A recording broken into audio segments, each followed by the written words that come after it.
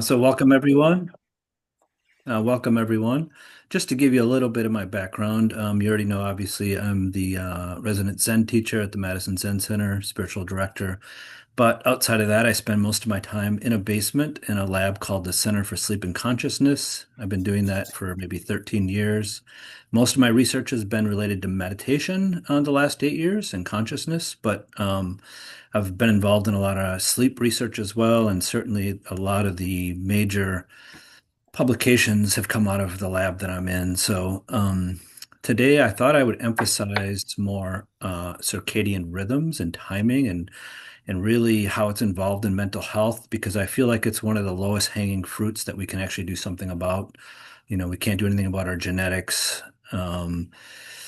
What medication we get, side effects, up to the doctor. But this is an area that we can nudge a little bit in the positive direction. And I think as a whole, people just aren't as educated about how these all work together. Um, so that being said, I'm going to start out here. Just this is a slide. Basically, there isn't a species that doesn't need to sleep or doesn't sleep. In fact, if you are sleep deprived long enough, it will kill you. Usually because you get so hungry you can't take in the amount of calories that you need. And there was a case in the Guinness Book of World Records, the longest person ever awake. I believe it was 11 days. And they decided never to do that experiment or allow anybody to do that ever again because it was so disruptive to their mental and physical health. They were hallucinating. Um, and so it's not recommended at all. And just to say a little bit, humans, we need to sleep typically 7 to 9 hours per night.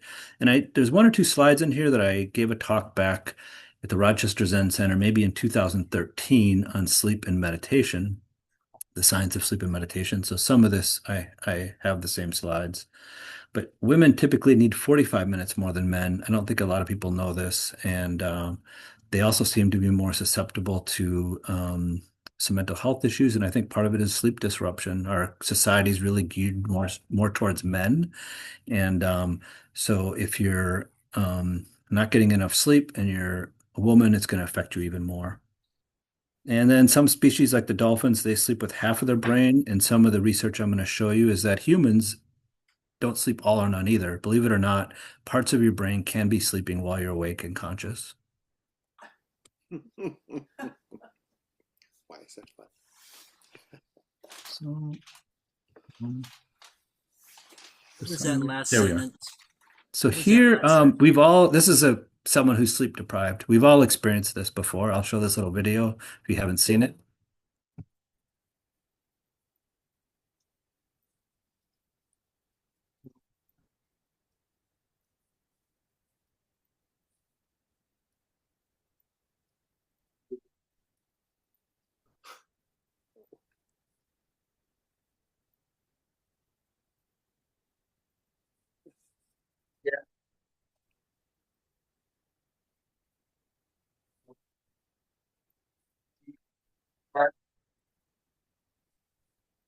Hmm. Hmm.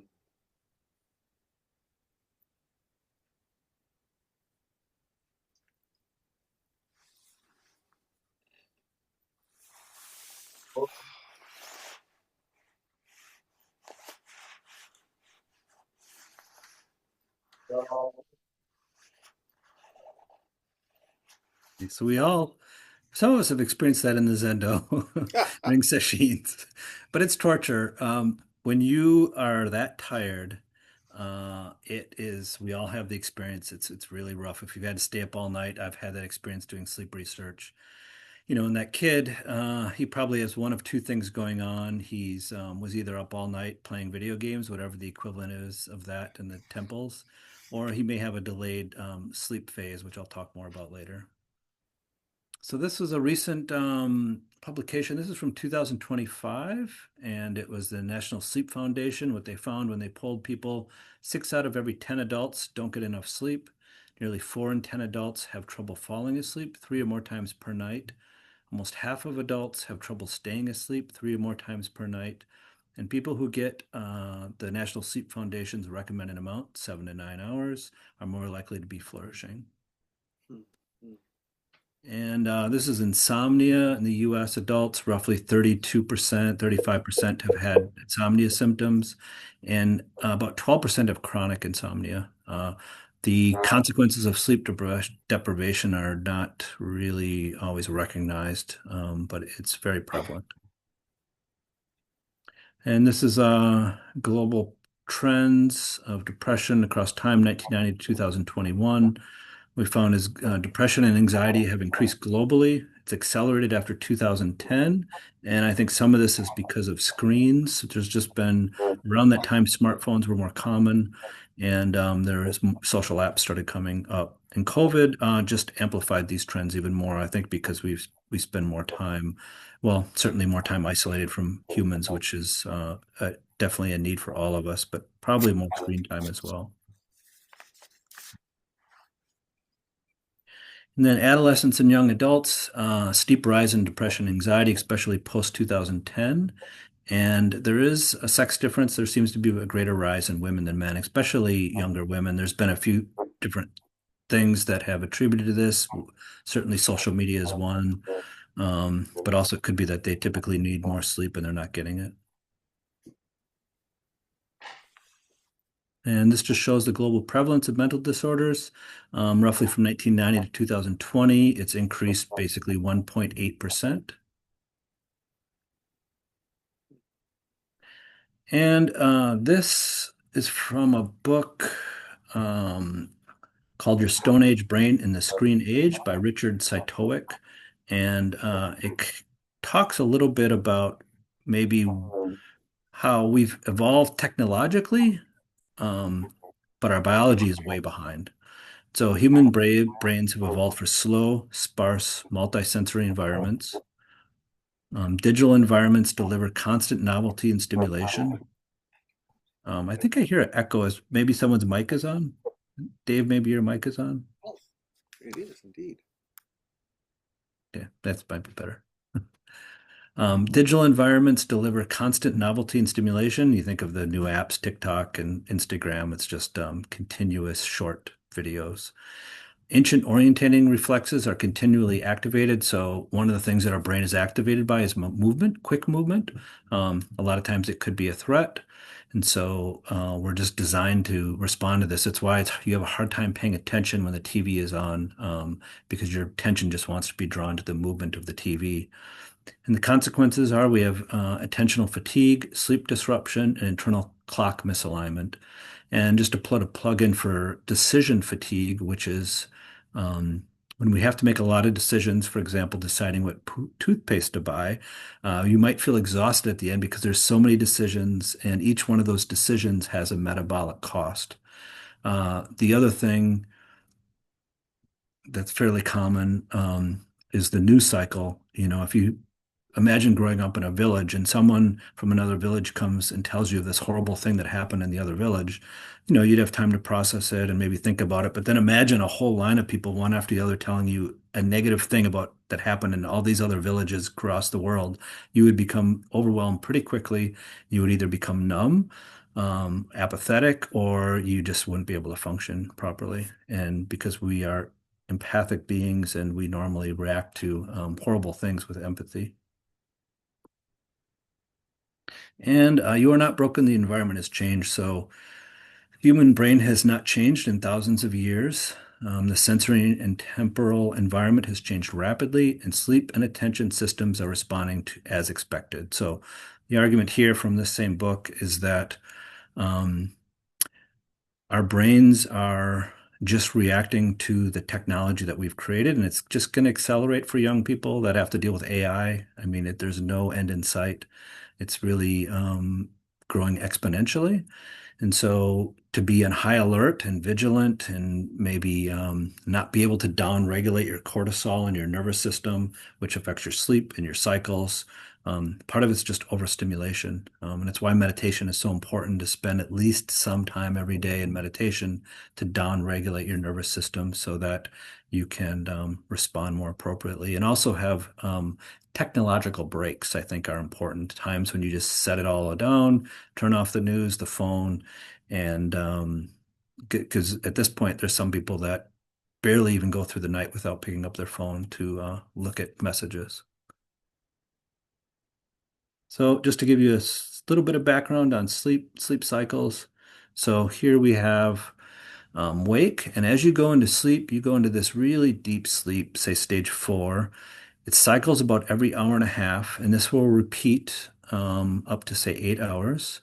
This black here is REM. This is your rapid eye movement. This is usually when you process your emotions. And if you're not getting enough sleep, then you're not getting a lot of REM sleep, and that's where, like I said, a lot of the emotional processing will occur. This early sleep is actually the most important because it's where your brain cleans all the debris out. It resets your brain so you can learn again the next day. And then you also have this ultradian cycle that runs every 90 minutes for a 24-hour period. You see it in your sleep cycle. So you might find yourself really tired, say at 9:30. You push through it, you watch one more episode of your TV show. Next thing you know, it's 10:15 and you're not tired. You might have to wait till 11 p.m. before the dip in that cycle occurs naturally to go back to sleep. So what you want to do is honor those dips. When you feel tired at 9:30, shut off the TV and get some sleep, because if you don't, you're going to pay a consequence. Um, Also during the day, this is the ultradian rhythm. Through the day, it's recommended if you take a nap, you should nap for about 20, 25 minutes. It's the most restorative. And if you align it with this rhythm where you're naturally tired, you'll find yourself waking up and your arousal for this peak will start to increase and you'll just feel naturally very awake. If you wake up in the morning in one of these troughs, what you'll have is called sleep inertia. So you wake up really groggy, you feel like you need to have caffeine to get going. And maybe a half an hour you feel really refreshed, but it might not be the caffeine that's making you refreshed. It may be that your cycle is just naturally now in sync. So if you can wake up without an alarm, that's the gold way of waking up, but very few people can do that these days. The key is to pay attention to these rhythms. So just start writing down or noting when you feel tired throughout the day and see if it follows this hour and a half pattern. And you can start to align your sleep with this pattern, and you will find that you feel more rested. You'll probably function better, and your quality of life may go up. It's not a cure for sure. Like anything I'm saying here is not treatment. It's just a nudge in the other direction towards mental resilience.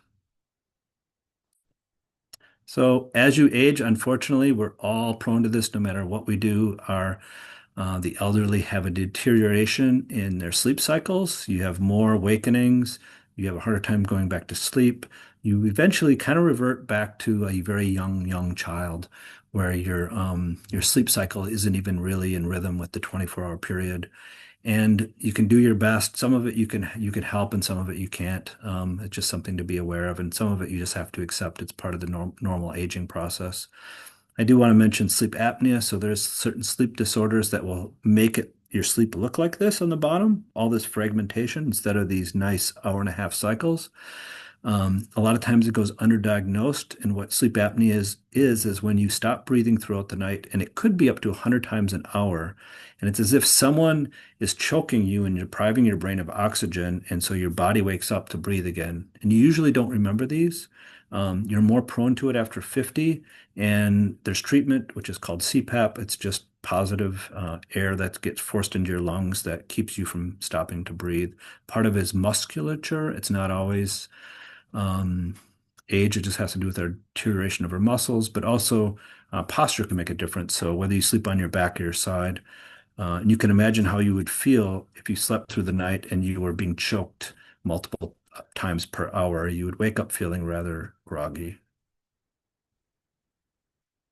Just to say a little bit about REM sleep, this is the rapid eye movement sleep. It's when we dream. We also, in our lab, have woken people up during non-REM and asked them what they were thinking, and they were dreaming as well. So it's not just REM sleep that people dream. And it's not tied with intelligence. We know dolphins are very intelligent. They sleep an average of 10 hours per night. Can you see that thing? 10 hours a night, but they only get zero point 0.2 hours of REM sleep. We get about 25% of our sleep is REM sleep. And again, it's kind of shifted to the second half of the night.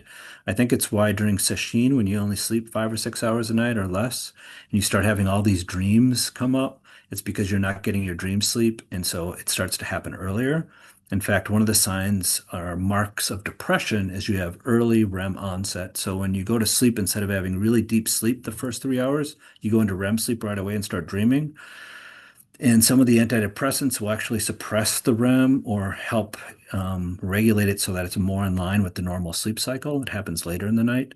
It's hard to say exactly why this is happening. It could be because you have a lot of emotions that you need to process, and so the REM is moved up earlier to help you process it. But the consequence is you don't get your deep sleep, which is actually overall extremely important for the brain, and so everything just starts to break down.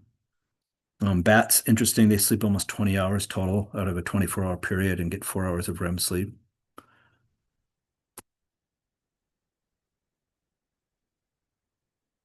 And just to give you a quick model of how sleep works, there's two things that cause us to want to sleep, two main models. One is called the process S, which is our homeostatic model of sleep. It's basically when we wake up at 7 a.m. and we go to work and we stay awake until, say, 11 p.m., there's this pressure that builds throughout the day. A lot of it's from learning, from being active. It costs a lot. Our brain uses a huge percentage of the energy that we take in just to function, and so there's a consequence. We have to sleep to reset everything. But then there's the circadian process, process C, that ebbs and flows. And if you can time your process C with your process S at the end of the day, that's really the best, and you'll wake up more refreshed. If you decide to wake up at 7 a.m. and you skip sleep and stay up for 24 hours, that sleep pressure will build more. And when you sleep, you're going to have much deeper sleep. If you try to wake up a child in deep sleep, you can put that child over your shoulder and walk around and they won't wake up. You will have that type of sleep if you've stayed awake for a really long period of time. Interestingly, if someone's depressed and they're sleep deprived, roughly 50% of people will go into remission. They won't be depressed anymore, but it only lasts for as long as you're awake. So as soon as you go back to sleep, 80% of those people will then have the normal depressive symptoms. We think there's some dysregulation in depression with this sleep pressure. So it's when the pressure is relieved, you have the ability to have more synaptic plasticity, so you can learn more. But some of the psychedelic drugs that they've been using now, ketamine, psilocybin, also really one of their main functions is they increase neuroplasticity. So there could be some relationship there. We're not exactly sure. But definitely there's some dysregulation with this homeostatic S process. And then if you're also out of sync in your circadian process, it just makes it all worse. So this is just a brief slide. In the morning, our cortisol, which is kind of our arousal hormone, is the highest when we wake up. And as we go to sleep, melatonin usually starts to be released in the brain based upon the light cycle, roughly 2 hours before sleep. For those that have these different phases, you see the normal phase of a biological night, and you get advanced and delayed. The advanced means that you get tired early. So instead of getting tired at 9:30, you're tired at 7, and you want to wake up at 3 a.m. Which usually is fine. Most people can function well because they're done with work. If you have a delayed phase where you naturally might go to bed at 2 a.m. and sleep until 11, and you have a job at 7 a.m., it's going to be really hard for you. These can be kind of shifted, but a lot of them are just genetic. There's not a lot we can do about it. So in that case, it'd probably be better to have a second shift job if possible, or have a job that was more flexible. Um, Jet lag, melatonin, taking it as a supplement can be very helpful, and there's a lot of research that it works very well for jet lag. But for sleep, to help you sleep, melatonin I think is good short term, but not long term. It can shift your schedule a little bit, but there's other things you can do. I'll show another slide, but there's other things that you can do to help. But the ideal is to be in line with that rhythm if possible. So this is just a quick overview. This is below your circadian rhythm of 24 hours. The ultradian rhythm that I talked about are every hour and a half. And then we have longer rhythms, monthly rhythms, less than 30 days. We live in a culture where we're just on all the time. So we don't even honor the winter rhythms. I mean, maybe we had this cold spell, at least in Wisconsin, where everything shut down yesterday. But for the most part, we're kind of expected just to be doing the same thing 24/7, 365 days a year. But we're biological creatures that are designed to work in cycles, the moon cycle, the sun cycle. And every single part of our body has these clocks that are working, and they're all really started by light. I'll talk about that in a little bit. So if you wake up in the morning and you expose yourself to some bright light, it resets your circadian clock. They did a study where people slept in the dark for, I think, months, and they found that the circadian clock isn't 24 hours. It's actually a little longer, but it's the light that entrains it. So it's the light that shifts it back to where it should be. And we think that this kind of stops working in some mental health issues. So your high alertness around 9, best coordination around right after lunch, that period. Usually there is some dip period where you get tired. Melatonin secretion will start a little bit later in the night. And then bowel movements usually are suppressed and it's time to sleep. And lowest body temperature is usually after 3 a.m. It's sometimes when you wake up a little bit cold. Um, and sleep duration isn't enough. So let's just say you're not sleeping enough, or maybe you are. Variability really makes a difference. So variability predicts outcomes independent of duration, and irregular sleep linked to severity of depression. So I think we've all had this experience where we go to bed at one time Monday through Friday, and on the weekends we stay up later. And then come Monday, we don't want to go to work and we're feeling fatigued. And I think part of that is because we've shifted our sleep schedule and we need to readjust. So the more consistent you can be, especially if you have a predisposition, family disposition to mental health issues, or you're struggling yourself, having a regular sleep pattern can be huge. And through the day, this ultradian rhythm, you'll just notice there's times when you have cognitive performance will oscillate. So sometimes you're more on track. Some people are more focused in the morning, sometimes some people in the evening. But if you don't take any breaks throughout the day, this does accumulate, and usually it's all kind of reset when you go to sleep at night. I'd mentioned earlier, sleep is regional, not global. So um, if you use a certain part of your brain, that part of the brain will have these deeper slow waves at night, these really deep slow wave sleep, the N4 sleep I talked about. And when you're awake, this can intrude into wakefulness and it predicts attentional lapses. This is actually some work that was done in the lab I'm in. Um, so this is fairly new research. We really didn't know that parts of the brain can take like little cat naps. It explains why at night, a lot of times you might not remember the last page you read of a book because that part of your brain is sleeping, even though you're conscious. It also tells you why it's very dangerous to drive when you're sleep deprived, because you can have these local areas of sleep that affect your ability to pay attention and also your reaction time. And you can also have what's called microsleep, where you have sleep intrusion that might last a few seconds. You close your eyes for a few seconds and don't realize that that few seconds turns into a minute, and then you crash. And how is this clinically relevant? It could explain some cognitive fog, fatigue, and inattention throughout the day. And examples of our internal clock being out of sync with our natural rhythms. Shift work, of course. You know, my dad used to work in a factory and he did a thing called Southern Swing. He would work for 7 days, morning shift, have 2 days off, then work night shift for 7 days, 2 days off, and then work like afternoon shift. And so he never had time to adjust his clock, and it was just really rough.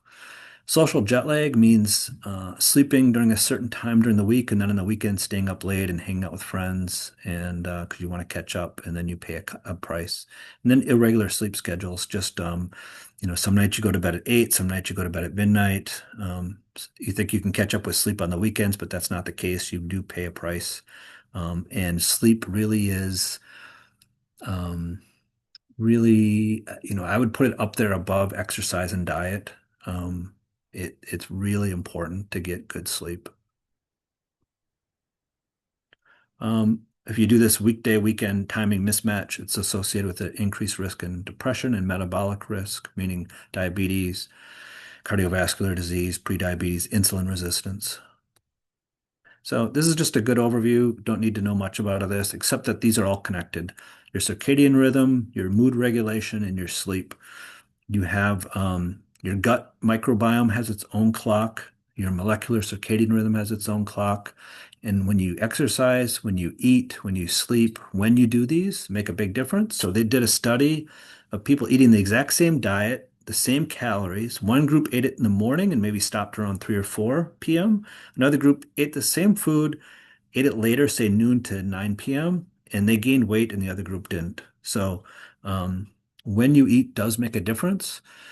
Your neurotransmitters, there's so much that goes on in sleep. It's when your immune system is being active. So we know from research that if you get a flu shot or a COVID shot, and that next night after your shot, you don't sleep well, you're going to have less of an immune response. It's actually going to be as if you didn't get the full dose.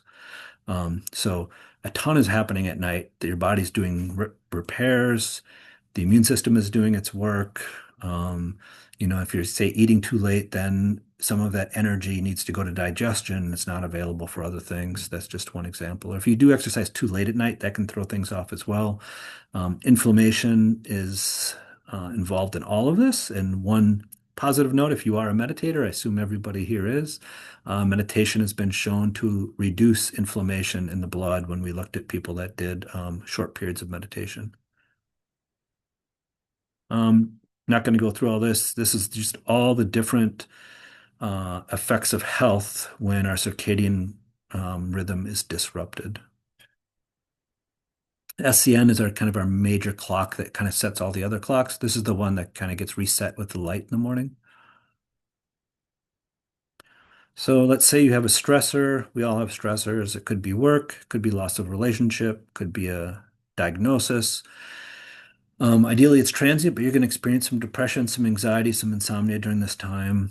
If you can maintain your routines and keep going despite all of this, you're more likely to recover. However, if during this time of stress you start to have an even more irregular life, you're staying up half the night, you stop exercising, you don't eat well, then you're more likely to have this become more of a chronic long-term mood disorder. So, you know, some some stress is common, and what can we do to help make sure it doesn't become more chronic? I think keeping a regular rhythm is one of the things that can help that we do have some control over. So treatment for insomnia, really the gold standard is cognitive behavioral therapy for insomnia. It's really a way of reframing what you're thinking. And so it's seeing the connection between your thoughts and your emotions. And we all probably do this when we meditate. One of the things you can do, you can practice, is if you start to have to go to the bathroom at night, all of us will have to do this as we age. Notice your thoughts, and as much as you can, try to stay in a meditative state, because as soon as you start your thoughts going up, it's going to kind of activate your emotions, and then you're going to have your cortisol rise up, and you're going to be awake, and you're not going to be able to fall back asleep. Also, make sure the lights are low, so maybe a little night light, but the last thing you want to do is open your phone up and look at that light or look at the news. And so, sometimes we need to design our house to benefit our health, even though we don't like to do it.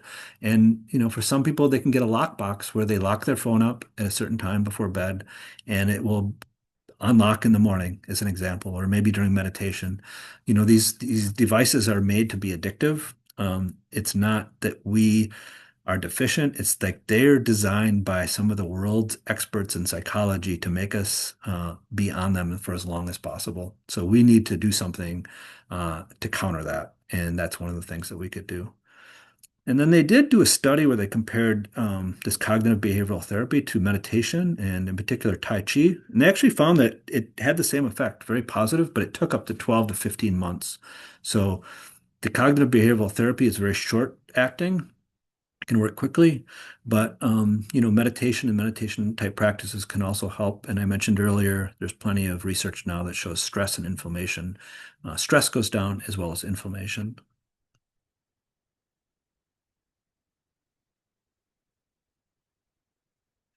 I'd mentioned this light therapy. So in the morning, exposing yourself to some bright light. If you live in a place where you don't get a whole lot of light, then a light box is good. Those work well.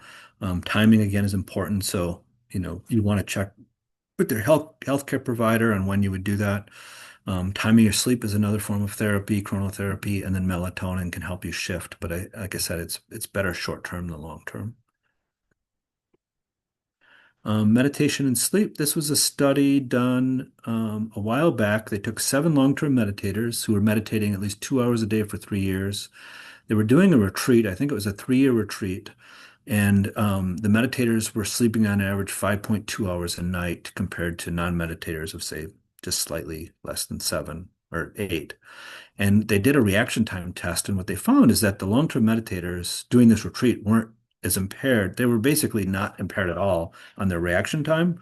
Now, I think that doesn't mean that if you're a meditator, you need less sleep. It just means if you're a meditator meditating 10 hours a day, you probably need less sleep. And we've all experienced this during sesshin, where we just feel more awake, even though we're sleeping a lot less. And part of it is just the way we're using our minds. We're not as involved in the self.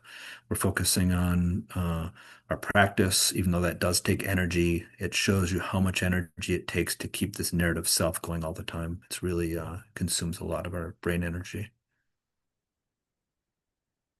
This is always recommended good sleep hygiene. So these are just tips really from the National Sleep Foundation that you can do to help your sleep. Consistent sleep time, 7 days a week, much as you can go to bed and get up at the same time. That's ideal.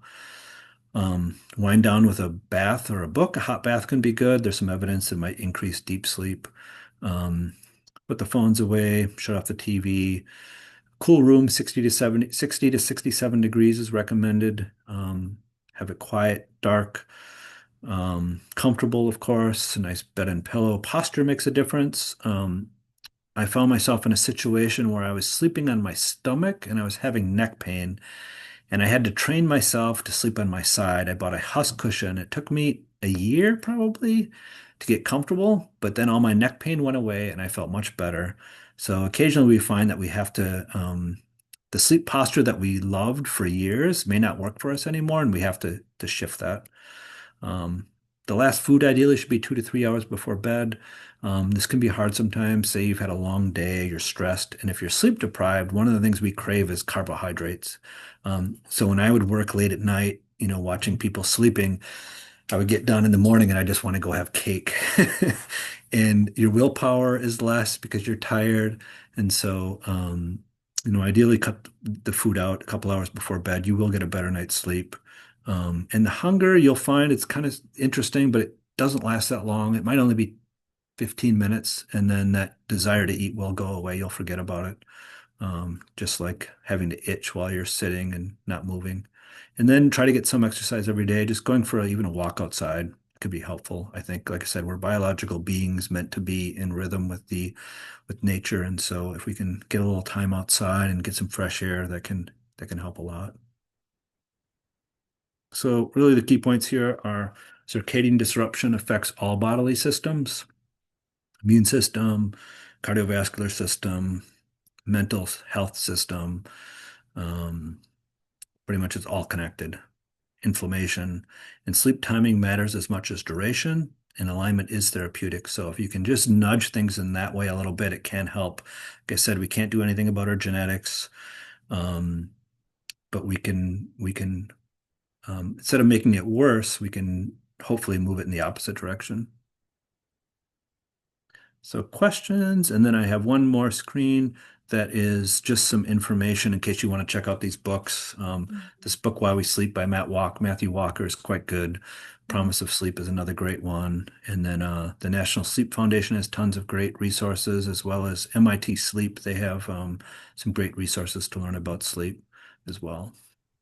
Um, so now I need to see the chat somehow to see if any Sensei, thank you so much. Yeah. I welcome everybody here. We have a big group now. We started with less people, but now we have a big group. Welcome everybody to the present. And Sensei Rick told us at the beginning that we can um, write our questions in the chat, and or if you want to raise your hand, that's also a possibility. Yep. But I think 2 questions in the chat. Yeah. Yeah.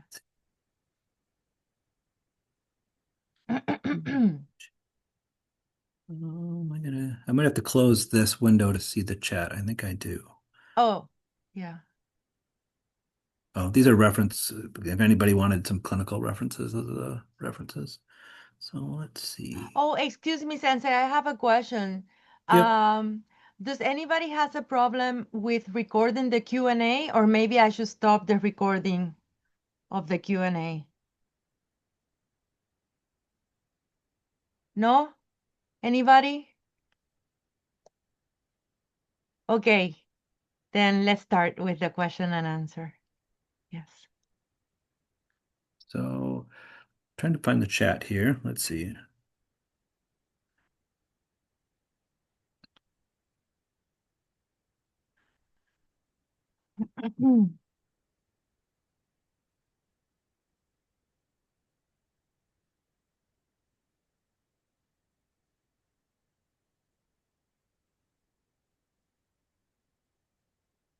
So, anybody quick know the easiest way to get to chat from here? Not seeing it for some reason. You don't Oh, no, see I it see it. at the I got bottom it. of the screen. Yep, I got it. You got it, Sensei? Yep. So yeah, why rhythm? So hopefully after the talk that might have been more clear.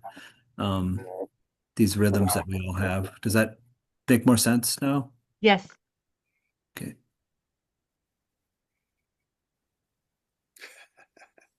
Yeah, absolutely. You watch another episode of whatever TV show, you're disrupting the rhythm. We all do it.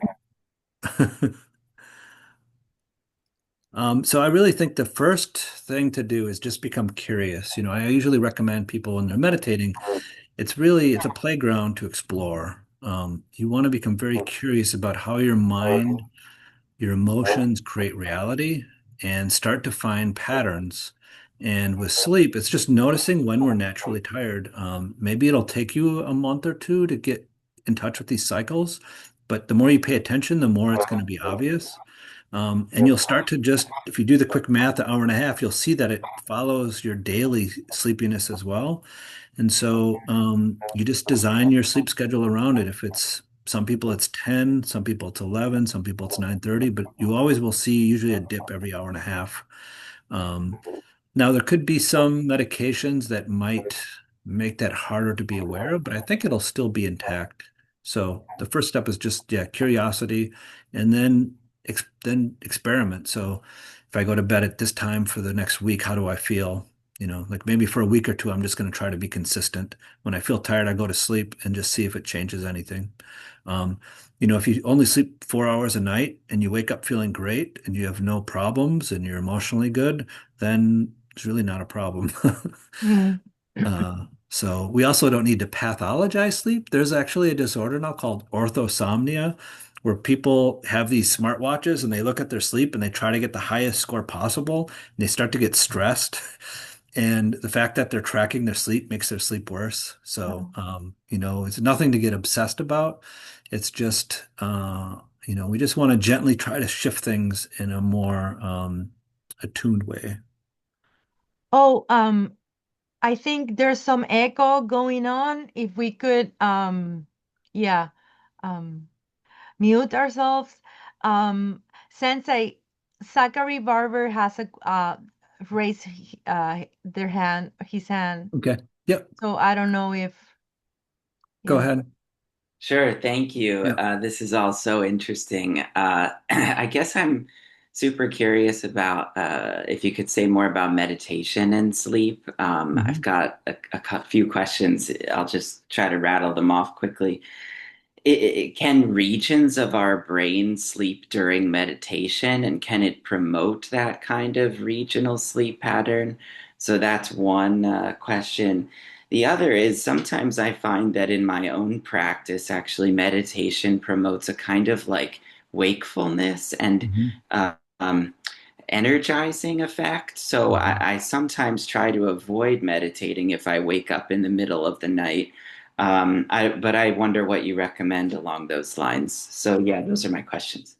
Yeah, those are both great questions. I do think that when you're meditating, local parts of your brain could sleep. In fact, when I would do retreats, usually the first couple days I'd find myself pretty sleepy. I don't fight sleep. I mean, I actually allow myself to almost kind of pseudo nap. I don't try to push through it. But then you'll find times where it's the opposite, where you're really energized. I'd always find the round right before lunch, dinner really energizing. I'd have a lot of energy. So I'd skip dinner a lot because I just felt really, I was really engaged in my practice.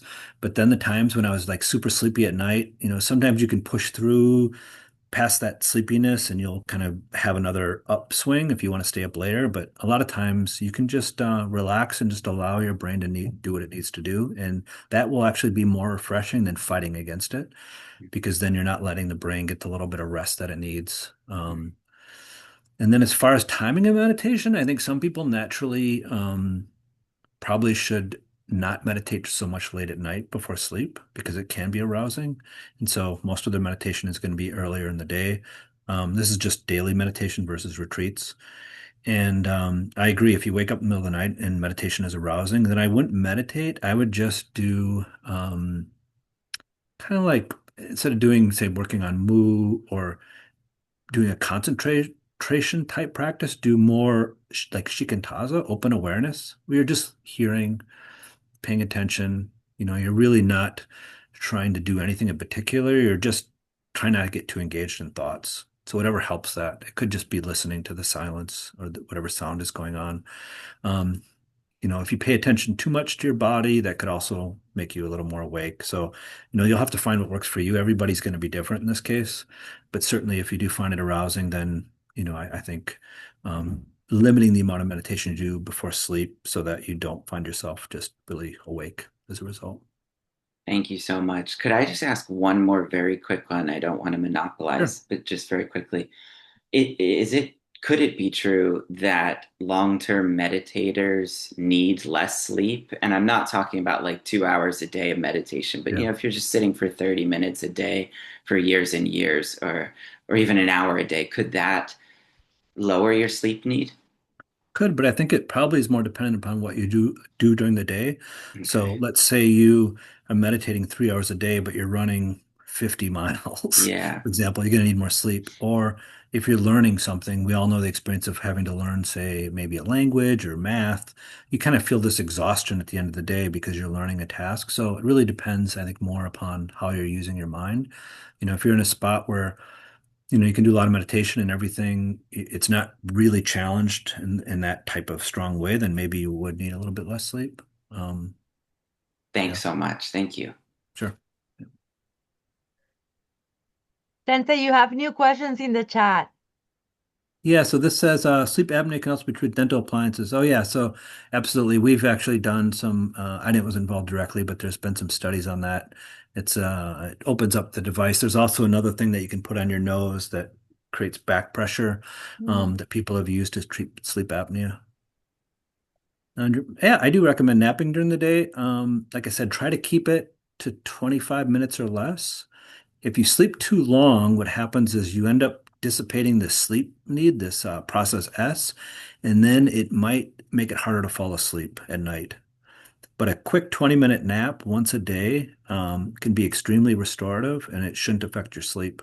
During COVID, when I worked from home, every day in the afternoon, I get this dip and I would drink a double shot of espresso, take a nap, and then when I woke up, I would have the caffeine and the nap, and I'd just feel great.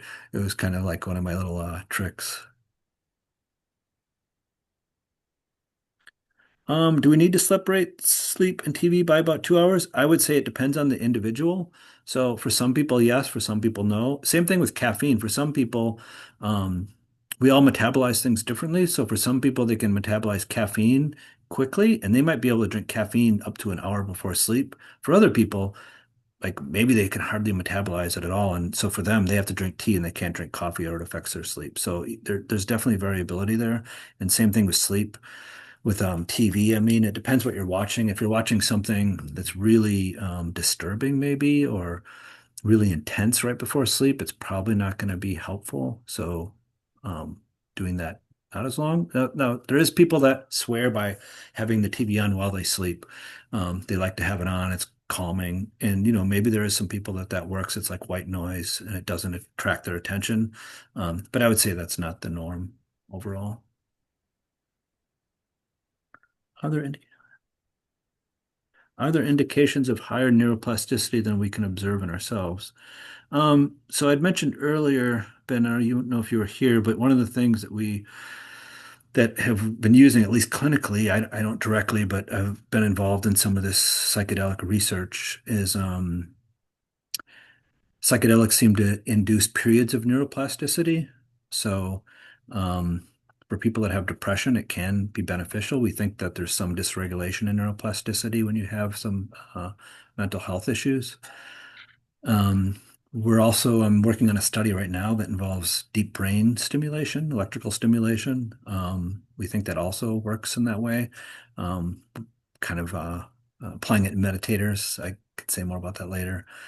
But we all have neuroplasticity. If we didn't, then we wouldn't be able to learn anything. It's really it allows us to learn new things. And as I mentioned earlier in the talk, sleep is what helps reset our neuroplasticity. So for people that have poor sleep, or other disorders that affect this neuroplasticity resetting, it's why it might feel harder to learn new things because your brain is still saturated, essentially. It's not able to process what it learned and get in, I guess you could say take out the garbage in some ways. And in some ways it's literal because there's this thing called the glymphatic system in the brain, and it has to do with your cerebral spinal fluid, and it cleans out all the toxins that are accumulated throughout the day. And I think that was discovered at the University of Rochester, New York, a while back. So I think that's all the questions in the chat. Yes, Um, Ron has a question, I think. okay, go ahead. So, yeah, I find a 30-minute nap is real helpful. Can you hear me okay? Yep. So what about this 90-minute cycle? What if, let's say, during the day you take a 90-minute nap? Would that be going along with that 90-minute cycle, or It would, and I what's think as you age, it might be helpful to do that long of a nap. I didn't mention that, but I think maybe in the elderly it can be helpful. But the downside is that you are going to have less sleep need, and you might find it harder to fall asleep at night. But if your schedule is flexible, you don't have to get up at a certain time or go to bed at a certain time. right? And say you're only getting 6 hours on average a night and you feel like you need more sleep, then maybe you could add an hour and a half during the day, and see if it affects your sleep at night or not. If it doesn't, then it's a bonus to get that extra sleep. Huh. So the other thing is if I'm sorry.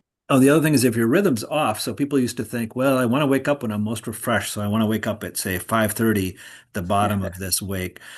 But if you have the and you're sleep deprived, but if you have the opportunity to sleep another half hour, you're better off sleeping that half hour, and you're just going to feel kind of groggy for about 20 minutes, 25 minutes. Mm. It's the price you pay, but the brain can use that extra sleep, so you don't want to deprive it. The exception might be sesshin.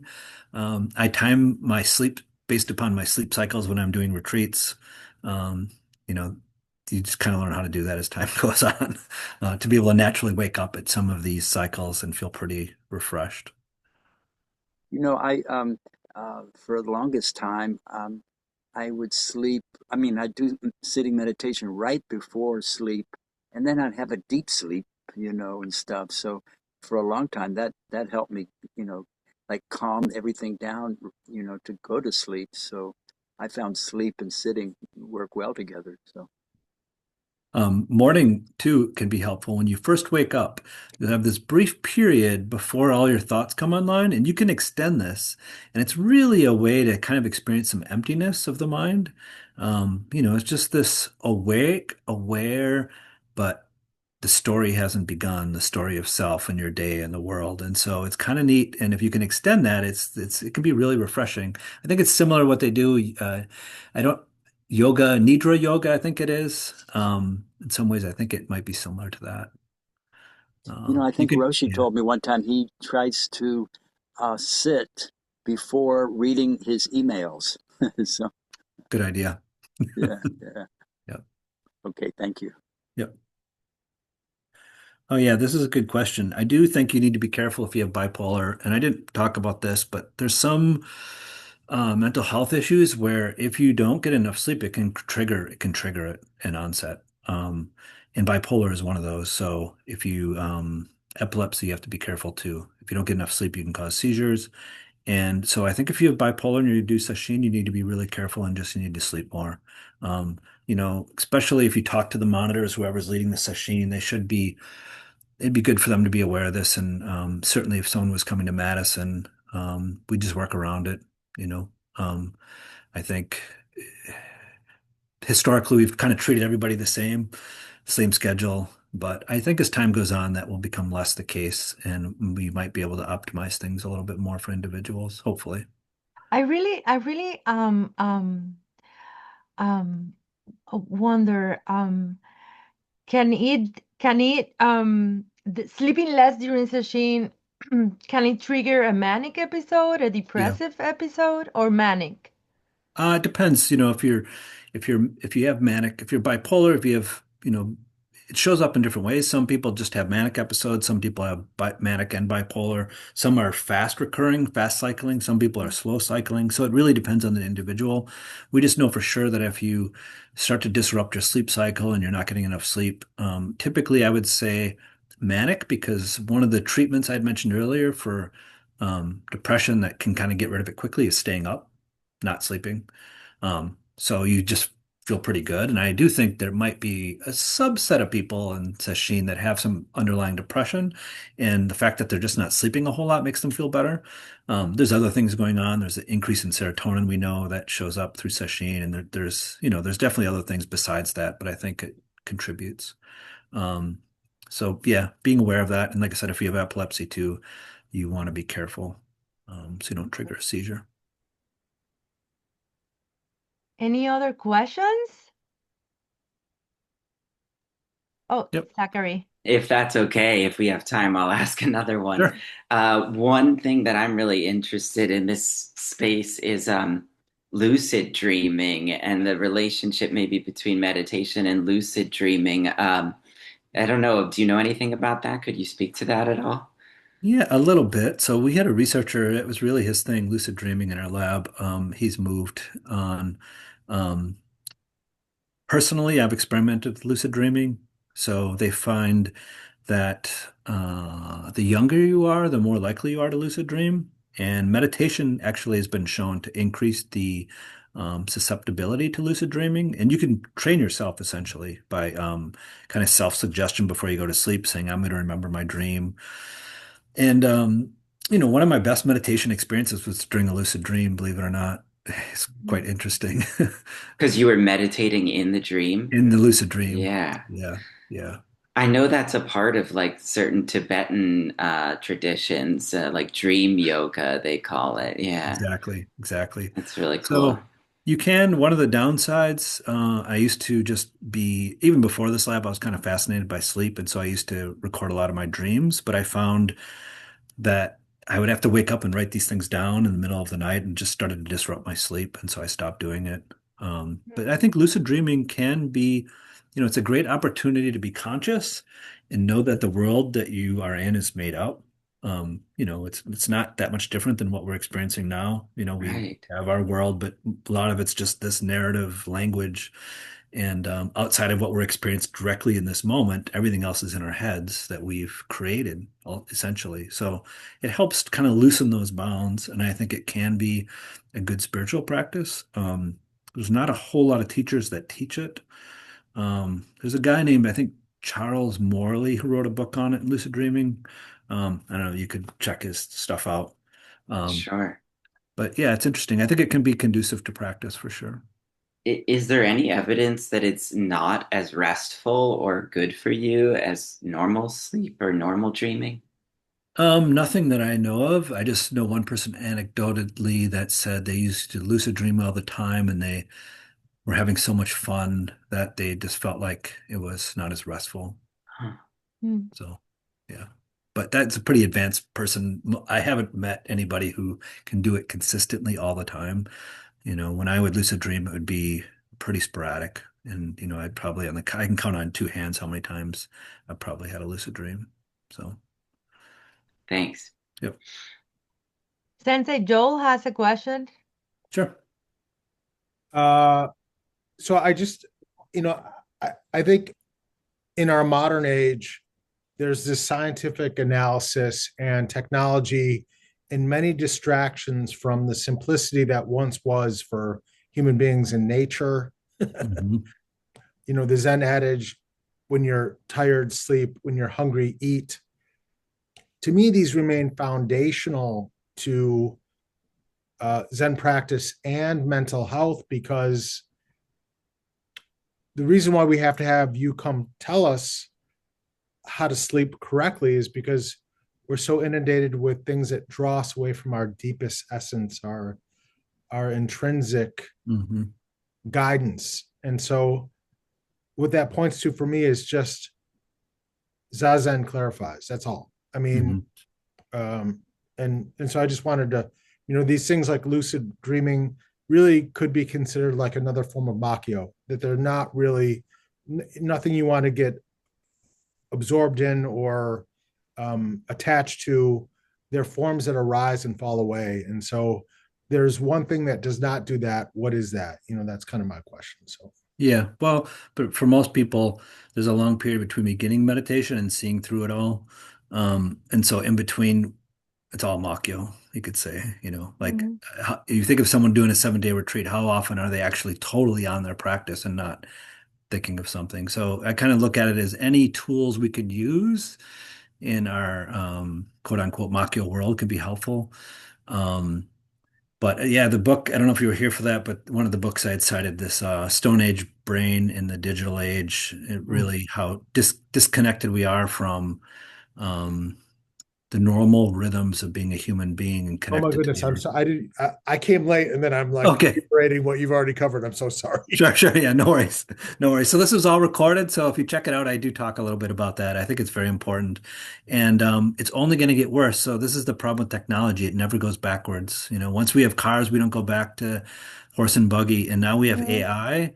And how are we going to cope with, imagine being able, like Star Trek, to walk into a holodeck and create whatever world you want, right? And you could just spend the rest of your life in this holodeck. That's the type of technology that we're going to be up against. And so the more we can stay connected through some type of practice, it's just more, I think it's more needed than it's ever been. And, hopefully the technology and the demand for attention that TV, TV shows, phone, advertising, and all of its subtle and unsubtle ways. Our phones now listen to us and spit back advertisements. The more we can get disconnected and take periods of time where we just don't have that, even as short. And there's some people that do like a once a week they will just cut out all technology and just say meditate, read. Um, just as a way of kind of like reviving their mental health. But I think this becomes more and more challenging, and that's why we need more and more um, tools to defend against the kind of onslaught of the demand for our attention and away from our natural, rhythms, our natural cycles. There isn't really any monasteries in the U.S. like there used to be in China and Japan. I guess with the Zen Center, but you're still fairly engaged, which isn't a bad thing. We're not trying to escape the world. But I don't think, silence is becoming a premium now in our culture. You have to pay to not see the advertisements. Um, so, yeah, You have to buy water. exactly, exactly. Yeah, yeah.